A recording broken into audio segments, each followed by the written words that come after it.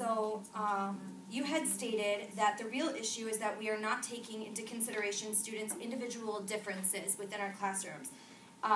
We're asking in reference to that because we feel like we are arguing towards taking into consideration the students' individual differences within the classroom.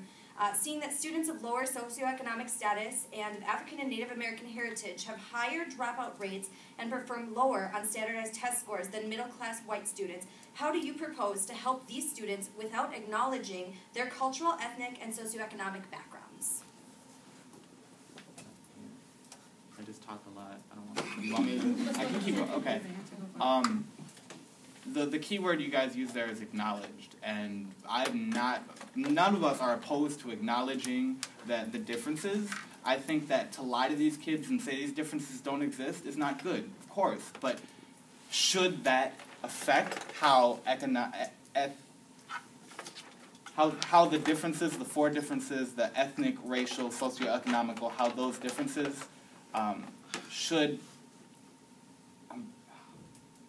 I do not think that you... I'm sorry, I'm getting... Let me start.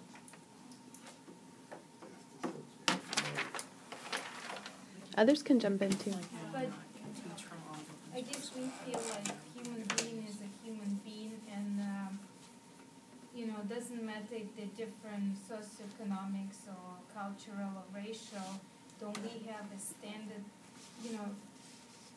By dividing them, don't we kind of make kids see the different racial? If you're in one classroom and you're treating one group of kids one way, and you turn around and you treat the other kids a little different because of their race or socioeconomics, but how even as a teacher you even know their socioeconomic? Do you making assumptions? Yeah, making assumptions, or you have them fill out the papers in the beginning of the year to... you making the assumptions when you don't really know. Yeah, there's no real way to know all the differences between your individual students without individually talking to them and figuring that out. And so for you to try to write a lesson plan that will cater to all of those students is really virtually impossible to be, 100%, to be fair to everybody. And yeah, because you'd be making those decisions on assumptions that these students have gone through this experience because they're poor, or these students have gone through this experience because they're black, or these students have gone through this experience because they're women. That's what you're using to make those decisions on your policy, and those are not good decisions to be making when you're running a classroom. Is that your final answer? No.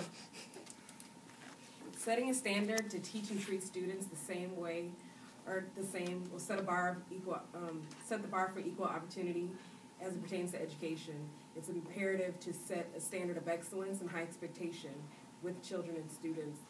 Leading by example, showing students what to expect in a classroom so that they will follow